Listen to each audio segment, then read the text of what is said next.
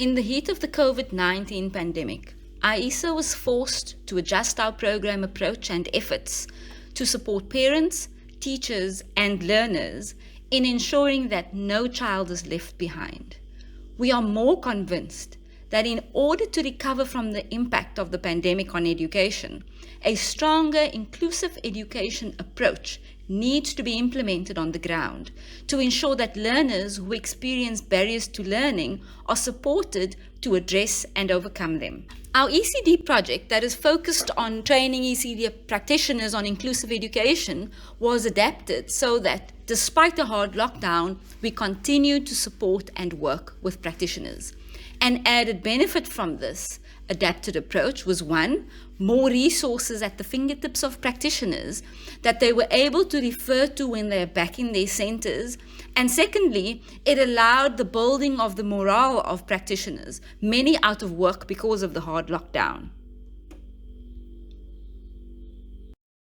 With extended school closures, parents were left overwhelmed with the responsibility of ensuring that children continue learning at home. Our response to this need was the establishment of WhatsApp support lines for parents with children, with babies, and those of school-going age. It was aimed at supporting parents with strategies and advice on how to stimulate learning at home and also to create a conducive environment for learning. Parents found the support provided very valuable during uncertain times. With reading for understanding still being a challenge in schools, and based on the concerns expressed by educators, we introduced the Do and Learn reading program as a resource to address this problem to our project schools in the Western and Eastern Cape. Do and Learn is specifically designed to reach low-functioning learners and is based on association with pictures. Teachers introduced the lessons to learners upon return to the classroom, and we have seen tremendous results. It was proven again, where learners in grade R and 1 at particularly Hall Flay Primary School in the West Coast have demonstrated progress in their reading ability that has not been experienced by the school before.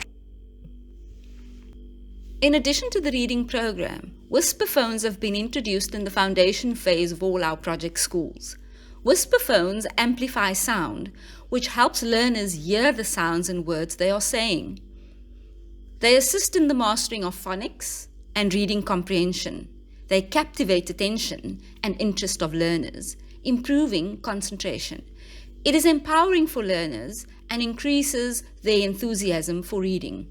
When used in the classroom, it automatically lowers the noise level when reading, allowing for more teacher control. Whisper phones can be used for learners with reading difficulties, concentration, speech and hearing difficulties, and sensory auditory processing disorder.